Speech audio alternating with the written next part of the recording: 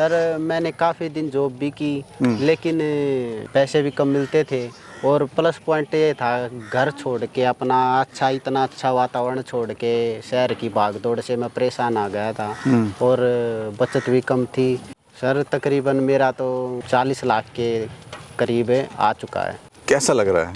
बहुत मज़ा आ रहा है सर, बहुत खुशी हो रही है। बंदा एक साइड प्रैक्टिस करता डेली उसी काम की, और दूसरे बंदे ने उसके भरपूर पढ़ाई कर रखी है, लेकिन पढ़ाई फेल हो जाती है प्रैक्टिस के आगे। मेहनत और लगन का काम है। जो बंदा आलसी है और मेहनत नहीं कर सकता वो इस धंधे में ना आए।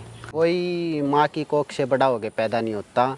सब मेहनत से और परिश्रम से कामयाबी समय और बलिदान मांगती है। अगर आप किसी बिजनेस को शुरू करोगे, समय दोगे उसको और मेहनत करोगे, तो एक दिन वो बिजनेस बड़ा भी होगा।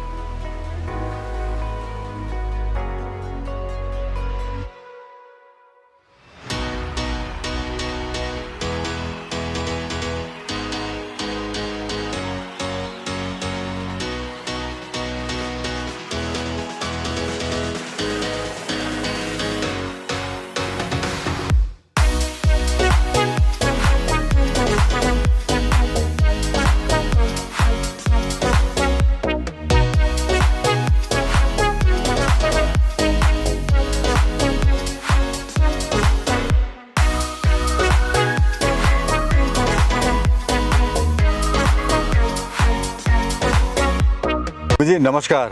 नमस्कार जी। और बहुत बहुत स्वागत है आपका हमारे YouTube channel Indian farming technology में। हाँ जी, आपका भी बहुत बहुत स्वागत है जी। आप हमारे फार्म में आए, विजिट किया टाइम निकाल के, बहुत बहुत धन्यवाद। और आपके सभी सब्सक्राइबर को मेरा नमस्कार। और सुमित जी, काफ़ी देख के अच्छा लगता है, छोटी सी उम्र में आपने इतना बड़ा काम कर दिया। हाँ जी। 1.5-2 करोड़ का फार्म आपने बना दिया, और ऐसे फार्म बहुत ही कम देखने को मिलते हैं। और जानवर भी आपके काफ़ी शानदार हैं। तो पूरे सफ़र की बात करेंगे, कैसे आपका सफ़र शुरू हुआ, क्यों आप वकील लाइन में आए, कैसे आप इसको कर रहे हैं। तो बहुत ही अच्छे तरीके से आप साइंटिफिकली तरीके से यहाँ पे आप काम भी कर रहे हैं। तो सर सबसे पहले जो अपना परिचय आप दे दीजिए, कहाँ पे आपका फार्म है और क्या फार्म की लोकेशन है? सभी किसान भाइयों को मेरा हाथ जोड़ के नमस्कार। मेरा नाम है सुमित दैया, गांव सिलाना, जिला सोनीपत, तहसील खरखोदा और स्टेट है हरियाणा। तो सुमित जी, ये जो आपने फार्म बनाया है, कह सकते हैं एक सपना था ये पूरा, जो आपका पूरा हुआ। हाँ जी। तो इस सपने की नींव कब रखी, कब आपने सपना देखा, या कुछ और आपको करना था और अभी कुछ और कर रहे हैं, या यही काम आपको करना था?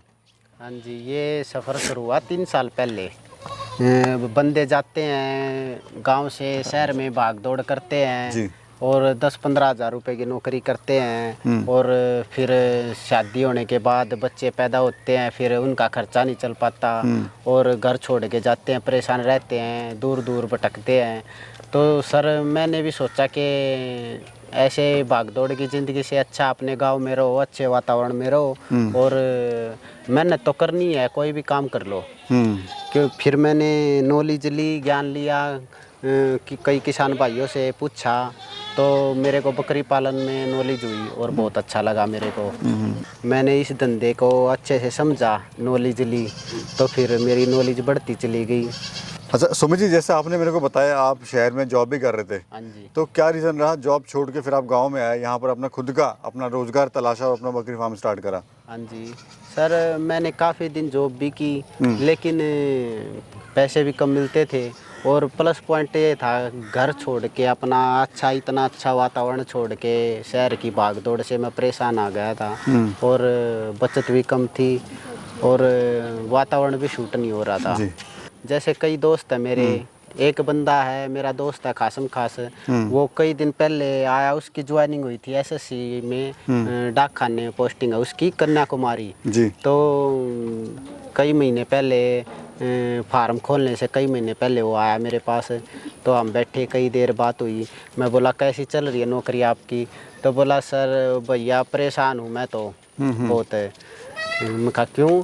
बोला इतनी दूर जॉब आ गई है कन्याकुमारी, वहाँ इडली डोसा सांभर खाते हैं और चिकन वगैरह खाते हैं, मेरे को ये सब पसंद नहीं। मैं तो तरस गया हूँ अपने माँ के हाथ का खाने के लिए यहाँ पे, और वातावरण भी शूट नहीं करता। बोला इससे अच्छा तो मैं नौकरी करता ही नहीं, अपना ही कुछ काम कर लेता तो फ़ायदे में रहता। कहीं ना मजबूरी में बंदे जॉब कर रहे हैं। हाँ जी, मजबूरी में कर रहे हैं सर, मजबूरी होती भी है, अपना पेट पालने के लिए क्या करे, करना पड़ता है। तो सुमित भाई, इतना पैसा आपने लगा दिया इस फार्म पे शुरुआत में, क्यों लोग कहते हैं कि छोटे से शुरू करो, कम बजट से शुरू करो, आपने 1.5 से 2 करोड़ इस फार्म पे लगा दिया है। हाँ जी सर, मैंने तो सोच लिया था कुछ बड़ा ही करना है, ठीक है, क्योंकि छोटा तो वही ना, इससे अच्छा छोटा करना 10-15 हज़ार की नौकरी कर लेता, कुछ बड़ा करना था और अपने खुद के सपने भी हैं, इसलिए मैंने बकरी पालन को चुना। क्योंकि वही बात आ गई, हमारे बड़े बुजुर्ग बोलते हैं ना, लकड़ी और बकरी पाड़ सकती है ब्याज, तो जब ब्याज को ही पाड़ देगी तो सपनों को साकार क्यों नहीं कर सकती। बहुत बढ़िया। अच्छा, कितना खर्चा आपको आया सर इसको बनाने वाले एलिवेटेड को? सर 1.5 करोड़ के लगभग आ गया। खासियत क्या होती है सर एलिवेटेड बनाने का, क्या फ़ायदा होता है? सर एलिवेटेड के बहुत सारे फ़ायदे हैं। पशु में चमक रहती है, आप मेरे पशु देख लियो, बिल्कुल जैसे वाइट कबूतर होता है वैसे इनकी चमक है, और बीमारी ना के बराबर आती है। शुरुआत आपने कब करी और कितनी एनिमल से आपने शुरुआत करी? सर वैसे तो अपना बजट देख के चलना चाहिए, लेकिन मैंने 100+ पशु से शुरुआत करी थी, और तकरीबन 2 महीने बाद फिर मैं 75 पशु और लेके आ गया था। तो 2 महीने का गैप ज़्यादा भी नहीं है, 175 भी बोल सकते हो आप। बाकी और किसान भाइयों को मैं बोलना चाहूँगा, अपने बजट के हिसाब से चले, जितना आपका बजट है आपके पास बैकअप भी होना चाहिए, क्योंकि पशु है, पेट इनके पास भी है, खाने को भी चाहिए, और आ रही है बीमारी है, कुछ दिक्कत हो जाती है, तो बैकअप होना चाहिए बंदे के पास। अभी कितने एनिमल हैं सर? अभी सर 150+ बकरियां हैं और 65 अपने पास बच्चे हैं। सुमित जी, पहला लॉट आपने कब निकाला, कितनी बकरियां सेल करी और उससे मुनाफा आपको कितना हुआ? हाँ जी, मैंने 50 बच्चे सेल किए थे एक बार, फर्स्ट टाइम मैंने 50 बच्चे सेल किए थे। मेरी बकरियां ब्याई थी तो 15,000 रुपये का एक बच्चा सेल किया था मैंने, 10 लाख का माल जब गया था। और कुछ दिन बाद फिर से मैंने बच्चे तैयार करके 50 बच्चों का लोट फिर निकाला था। और एक अपना किसान भाई था, उसने बकरियां चिंगी थी, फार्म नया स्टार्ट किया था उन्होंने, तो 50 बकरियां फिर उसको दी थी मैंने। अभी तक इससे मुनाफा कितना आप ले चुके हैं? सर तकरीबन मेरा तो 40 लाख के करीब आ चुका है। कैसा लग रहा है? बहुत मज़ा आ रहा है सर, बहुत खुशी हो रही है। मतलब आपने सोचा था कि इस मुकाम तक मैं इसको लेके जाऊंगा इतनी जल्दी? वो भी आपका जो एनिमल गैदरिंग है वो भी अच्छी खासी बढ़ चुकी है सर यहाँ पर। हाँ जी। तो सोचा था कि इस तरह से प्रॉफिट होगा इस बकरी पालन से? नहीं, सोचा नहीं था सर, लेकिन मेरी सोच से कुछ ज़्यादा ही हो रहा है। मेहनत भी है सर इसमें, देखिए मेहनत करना बड़ा ज़रूरी मेहनत है सर, ये बिजनेस ऐसा है, हम लेबर के भरोसे पे काम नहीं छोड़ सकते। खुद बंदे को नॉलेज होनी चाहिए, तभी इस धंधे में आओ और जब भी सक्सेस मिलेगी। काम कैसा है सर बकरी? काम बहुत अच्छा सर, और बेनिफिट भी है, लेकिन मेहनत और लगन का काम है। जो बंदा आलसी है और मेहनत नहीं कर सकता वो इस धंधे में ना आए। आपने फार्म भी बना लिया, हाँ जी। आप बकरियां भी ले आए। हाँ जी। अब सबसे बड़ा जो मुद्दा आता है वो आता है सेल का। हाँ जी। कैसे आप सेल कर रहे हैं, कैसे आपने अपनी मार्केट बनाई? या जो युवा साथी किसान भाई बकरी फार्म स्टार्ट करना चाहते हैं तो मन में यही सवाल होता है कि सर अब माल कहाँ बेचेंगे? हाँ जी। तो थोड़ा सा टिप्स आप दीजिए किसान भाइयों को। सर जैसे कई किसान भाई हैं, जैसे मैं तैयार करता हूँ, अब हमारे कॉन्टैक्ट हैं कई किसान भाइयों से, जैसे कि वो पहले ही बुकिंग कर देते हैं कि हमें इतने बच्चे चाहिए, जैसे 50 बच्चे चाहिए या 100 बच्चे चाहिए, तो मैं उनके लिए तैयार करता हूँ और मेरा बाल सबका सब यहीं से बिक जाता है। ठीक है। और कटिंग वाले भी बहुत सारे बंदे आते हैं कि हमें कटिंग के लिए माल दे दो, लेकिन कटिंग में मैं माल नहीं देता, मैं ब्रीडिंग के लिए काम करता हूँ। जो किसान भाई पालते हैं या जिसको बच्चे पसंद है, बच्चे पालते हैं, उनको दे देता हूँ।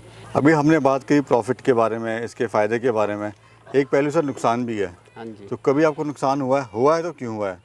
नहीं सर, स्टार्टिंग में एक आध बच्चा मोटिलिटी हुई थी, लेकिन फिर धीरे धीरे धंधे में ज्ञान होता चला गया, बढ़ता चला गया। अब ना के बराबर मोटिलिटी हमें पता चल गया, देख रेख कैसे करनी है, उनको क्या खिलाना पिलाना, इम्यूनिटी सिस्टम स्ट्रॉन्ग कैसे बनाना है, अब ना के बराबर मोटिलिटी है।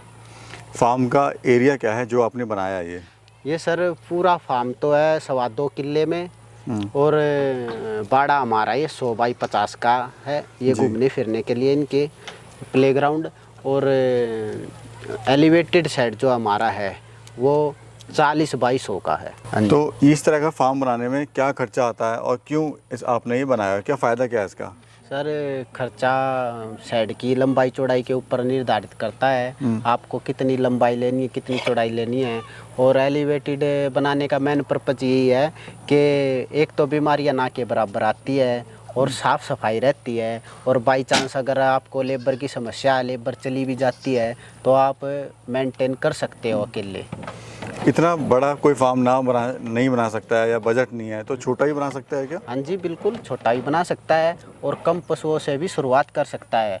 कोई भी किसान भाई हो अपने बजट को देख के चले, और जितना उसका बजट है, जैसे पैसे थे तो एलिवेटेड बन गया। अगर किसी भाई के पास पैसे नहीं है, किसान भाई के पास, तो वो टीन वगैरह डाल के भी अपना काम कर सकता है। ऐसी कोई परेशानी वाली बात नहीं है, बस सबसे पहले नॉलेज ले।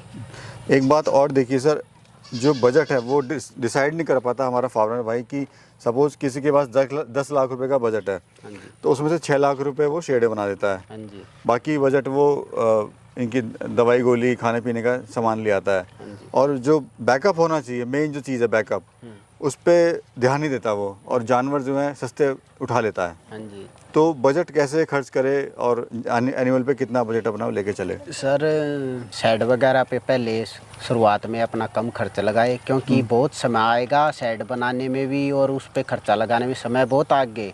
ज़िंदगी पड़ी है पूरी, शेड तो कभी भी बना लो और कितना भी अच्छा बना लो, एलिवेटेड से एलिवेटेड बन जाएगा, लेकिन पशु खाएंगे नहीं, पिएंगे नहीं, बीमार पड़ जाएंगे, बैकअप ही नहीं होगा, तो फार्म बंद हो जाएगा, और मजबूरी में उसको पशु सस्ते में सेल करने पड़ेंगे। तो शेड वगैरह में पैसा कम लगाओ और पशु पे ज़्यादा लगाओ। अच्छा खाएंगे, अच्छे दिखेंगे, अच्छे बिकेंगे। हाँ जी। खिला क्या रहे हैं सर इनको आप? सर हम गवार का भुस्सा, लौंग पत्ती, और अब सर्दियाँ आ जाएंगी, सर्दियों में मूंगफली का छिलका और दाना मिश्रण वगैरह देते हैं हम। घर का ही अपना? हाँ जी, हाँ चल जी, रहा घर है, का ही अपने खेत में उगाते हैं। और ये फार्म के अपोजिट साइड रोड के नीचे ही ये भी हमारी ज़मीन है। इसमें हरा चारा जो भी हमें पसंद आए, हमारी बकरियां खुश होके खाए, हम 4-5 तरह का लगा देते हैं। खुद का भी चारा अपने यहाँ हाँ पे? जी, खुद का। और एक प्लस पॉइंट और भी है, अगर किसी भाई के पास खुद की ज़मीन है हरे चारे के लिए, तो कॉस्ट ना के बराबर ही आ जाती है। वो बहुत अच्छी बात है। अगर हरे चारे की सुविधा कर सकता किसान भाई, तो और भी ज़्यादा बेनिफिट मिलेगा। फीड कॉस्ट कहीं ना कहीं इससे बच जाती है, इससे आपका जो प्रॉफिट है वो बढ़ जाता है। हाँ जी। क्या कहना चाहते हैं आप सर? हमारे जो युवा साथी हैं उनका मार्गदर्शन करिए, जो गांव छोड़ के शहर जा रहे हैं और 10-15 हज़ार रुपये के लिए बेचारे धक्के भी खा रहे हैं, और ज़िंदगी ऐसी ही बीत जाती है। ज़िंदगी बहुत अनमोल है। सभी किसान भाइयों से मेरा निवेदन है, इसको ऐसे ना गवाएं, और कहीं पे धक्के खाने से कुछ नहीं मिलेगा। कोई काम छोटा नहीं होता, अपना बिल्कुल छोटे से ही बड़ा होता है। कोई माँ की कोख से बड़ा होके पैदा नहीं होता, सब मेहनत से और परिश्रम से। कामयाबी समय और बलिदान मांगती है। अगर आप किसी बिजनेस को शुरू करोगे, समय दोगे उसको और मेहनत करोगे, तो एक दिन वो बिजनेस बड़ा भी होगा। तो किसान भाइयों से मेरा यही निवेदन है, बल्कि नरम निवेदन, हाथ जोड़ के, कि अपना काम करो, चाहे वो छोटा ही क्यों ना हो, और सक्सेस आपको ज़रूर मिलेगी। समय के साथ साथ जो है ये, हाँ, अगर मेहनत करते हैं तो आपको कहीं से कहीं पहुँचा देता है हाँ ये। जी, हाँ जी। चलिए सर, बहुत जीरो बहुत से हीरो बना देता है। और अगर किसी एक किसान भाई को हेल्प की ज़रूरत हो या कुछ पूछना हो, तो भाई साहब मेरा नंबर डिस्क्रिप्शन में दे देंगे। और ऐसा नहीं है कि कोई, अब नाम नहीं लूँगा, लेकिन कई ऐसे 6,000 रुपये में ट्रेनिंग देंगे, 7,000 रुपये में ट्रेनिंग देंगे। अगर किसी भाई को नॉलेज भी चाहिए तो मेरा एड्रेस है VPO सिलाना, और तहसील खरखोदा, जिला सोनीपत, हरियाणा। तो यहाँ पे किसी प्रकार का कोई चार्ज नहीं लगता, फ्री में आपको सब तरह की जानकारी दी जाएगी और हर तरह से आपकी हेल्प भी की जाएगी। बहुत बहुत धन्यवाद सुमित जी, बहुत अच्छा लगा, आपने समय दिया और बहुत ही अच्छी एक महत्वपूर्ण जानकारी हमारे व्यूअर्स के साथ साझा करी। इसके लिए बहुत बहुत आपका धन्यवाद अगेन। नमस्कार जी। Thank you.